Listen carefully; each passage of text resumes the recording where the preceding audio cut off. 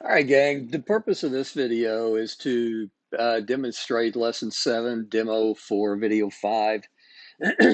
I've said this before. I think it's worth repeating that the purpose of these type videos is sometimes I find that students understand the content, maybe in one context where I teach it, but then when they try to apply it to my stat lab problems, which may be, change the wording just a little bit, the presentation of the problem just a little.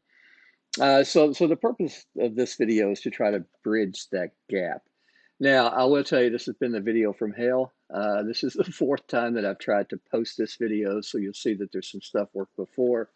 I have been having technical glitches like crazy this morning, so I don't know what's up. So hopefully we work this out. So I am going to look at the first question, and if I click on the icon, here's what I did. And again, I don't know a way to restart this. So what I noticed when I look at this is scatter plot number 4 has a perfect positive correlation. So I know that that has to be a 1. Scatter plot number 2, I think, is the second easiest one. It's almost a perfect negative correlation. It doesn't, all the points don't fall on one line, but they're very close to a straight line. So that would be a negative value that's very close to 1. So that was a pretty easy choice. The other one I see is scatterplot 1 has a positive correlation, and it's going to be the highest number of the values that I give, other than obviously 1. The lowest correlation is going to be 2. So that chose the negative 0.376 for that because, again, a lot of scattered pattern on the points. And then scatter plot 3 is going to be negative, and it would be the highest negative that's not the negative 0.996. So anyway, that's what I did there. I tell you what, let's just work a similar question and go from there. So maybe this will help more. So scatter plot 1, positive correlation. Scatter plot 4 is negative. Of the ones remaining, the scatter plot 3 is the highest positive correlation. That's not 1. Scatter plot 5 is a positive correlation, but it's the lowest of the positives.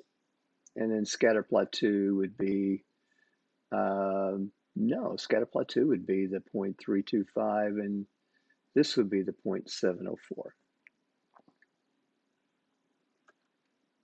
All right, let's go on. So second question, this is the question that seems to crash my computer today. So, or not my computer, but crash my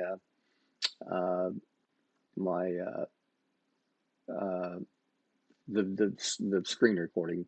It's called QuickTime, but who cares? All right, so let's open this up into StatCrunch. And let's get a scatter plot and see if we can match it up. So we want internet users on the X, and we want the award winners on the Y. So the scatter plot that looks most like this, what I'm looking at is I'm looking at those 3 points that are kind of on top of each other. I think it's pretty clear that B is probably the one that matches up most closely. The linear correlation coefficient. All right, so probably the, yeah, I can't do that. All right, daggone it. So let's just start over. So the easiest way to get the correlation coefficient is just to go to correlation and select both of the variables, compute. So I get what's it tell us, 3 places, so 0.794.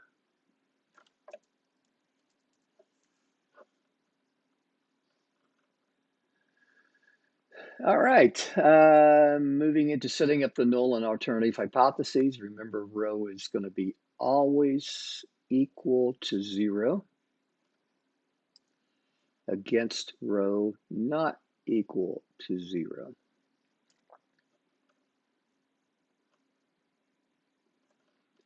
The test statistic. So the test statistic T. Now you have to be careful here because sometimes they record or ask you to report the test statistic in terms of R, which would just be the correlation coefficient, 7.794. But not here. We actually need the correlation or the test statistic T. Now we saw in a previous video that this is it's a little complicated, but it's doable. So we have 1 minus r squared over n minus 2. So the r is 0.794.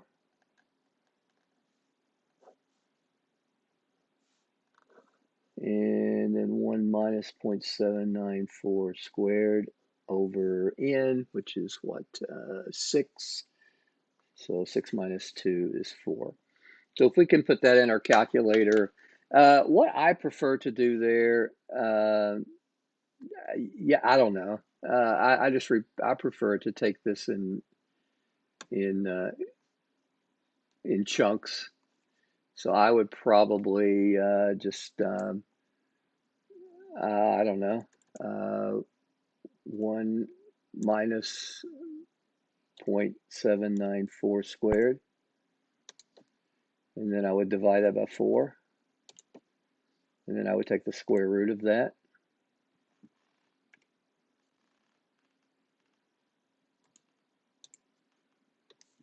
So that's the denominator.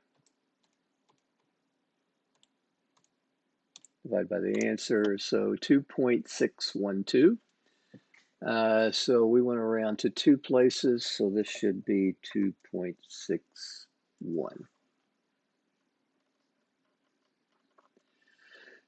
Calculate the p-value. All right, so what do we got going on there? So this is 2.61, so let's write this down. So what we have to do in the t-distribution, degrees of freedom equal to 4. Again, n minus 2, 6 data points, minus 2, 4. We need to find the area to the left of negative 2.61 and the area to the right of 2.61. Add these two areas together and we get our p-value. All right, so what happened to my, there it is. So I can just go to stat calculator T. So I have degrees of freedom 4. And I'm just going to work with the positive. It doesn't really matter. 2.61. So I have 0.0297, and I have to multiply that by 2. So I get a p-value of 0.0594. Now again, why do I have to multiply by 2? Because I'm doing a two-tailed test. All right, so 0.0594, it wants us to round that to 3 places. So 0.059 should do it. All right, so because the p-value of the linear correlation coefficient is above the significance level, there is not sufficient evidence to support the claim that there is a linear correlation between the two variables. All right, next question. What do we have here? So we have a scatter plot. We need between shoe is our x, shoe print, and height. So let's open this in StatCrunch. Go to a graph, scatter plot. So shoe print and height. Interesting. Wow. Okay, so we have we need Well, the one that looks like it lines up to me the best is D. Find the linear correlation. Oh, this seems like just exactly like the last problem, which will be really boring if it is. So shoe print and height. I don't need that one.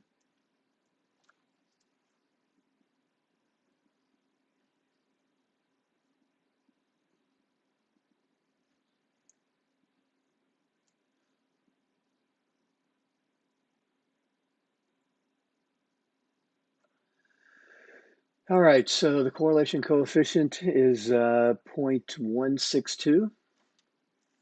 I hope there's something different in this problem than the previous one. Might be, well, Dr. Darbo, you chose them, so you should know this stuff. There has to be something different because, or I wouldn't have selected it unless I just had a bozo moment. All right, to test statistic. All right, you're going to have to work at this again. So we're going to have so 1 minus 0.162 squared,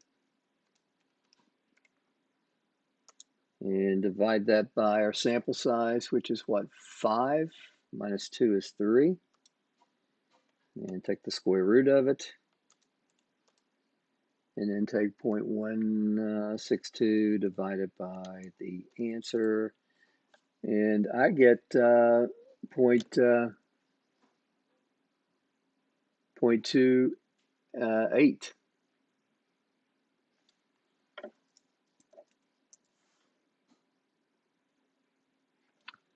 All right, the p-value, well, there it is. We don't have to even really work for it like we did last time, just 0.795.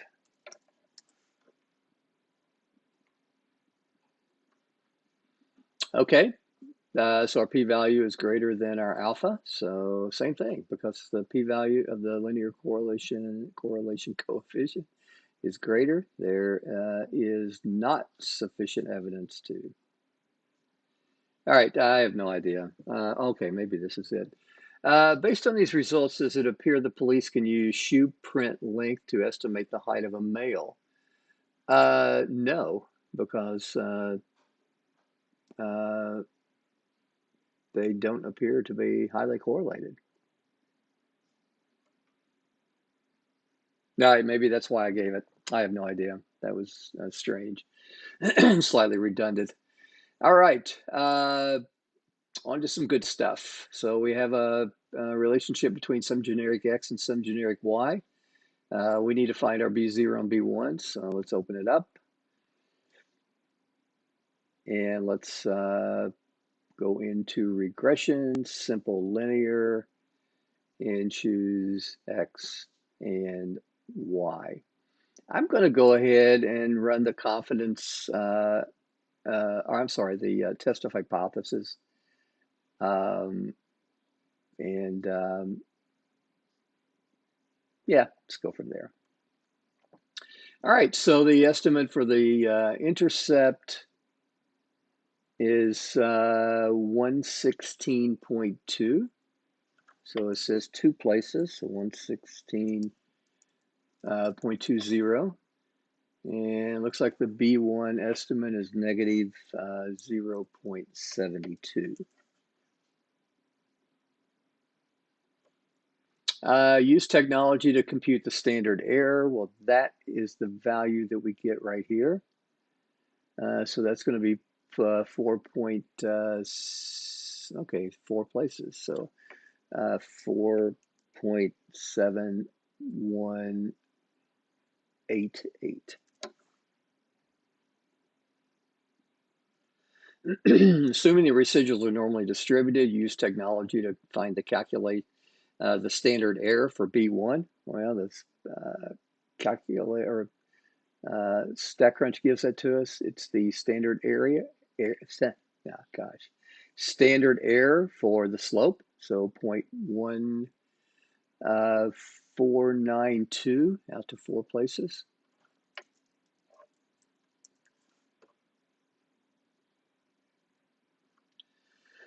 Okay, assuming the residuals are normally distributed, use the p-value approach. So the p-value is going to be for our beta, which is our slope, I'm sorry, our beta 1. So that's the slope. So our p-value is 0.017.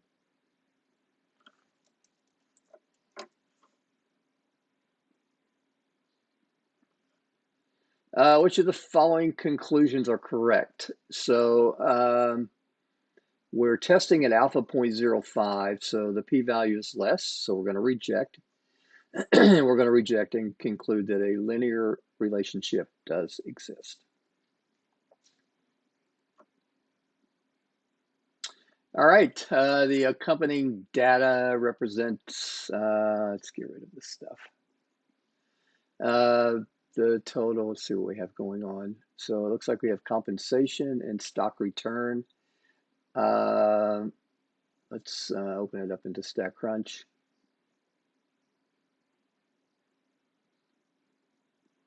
Get rid of that. All right, so we need the estimate of beta 1. Again, with technology, that turns out to be pretty easy. So we want X to be compensation, to be the return.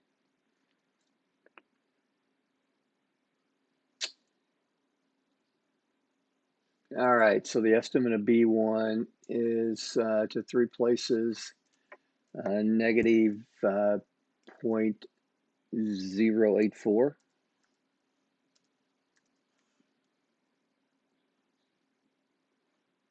The estimate of beta 0 is 50.2,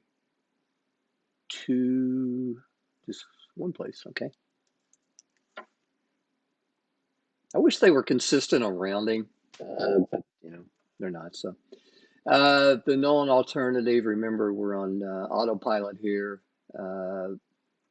Beta 1 is equal to 0 versus beta 1 not equal to 0. Test statistic, we get that from the output. So the output gives us, if we come to slope and come over to the t-stat, we get negative 0.05.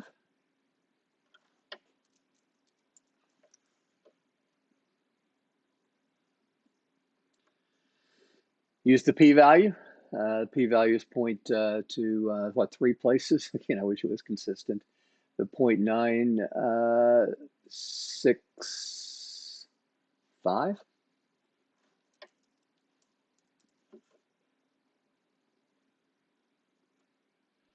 Okay, so our alpha, we're running at 0.01. It's given right up here. And our p-value is clearly greater than our alpha, so we're not going to reject. So there is not sufficient evidence to conclude that a linear relation exists.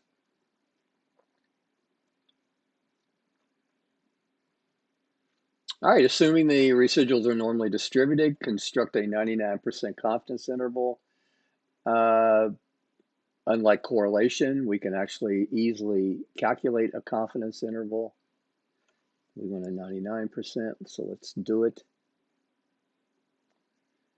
So the left bound is negative. What do we need to 2 places? So negative 0.598.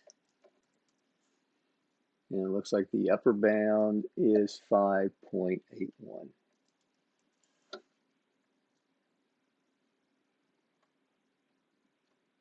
All right, based on the results, would you recommend the least squares regression line, that just means the model that we fit, to predict the return? No, I wouldn't.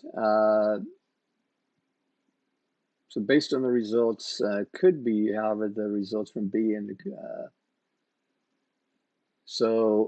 based on the results from part B, no. So based on the results, okay, I think D would be the correct answer. And the reason it is just based on the results that we get. Our confidence interval contains 0. Our p-value is not less than our alpha, so we can conclude that we do not have a linear relation. So therefore, our regression line should not be used to predict the stock return from the independent variable.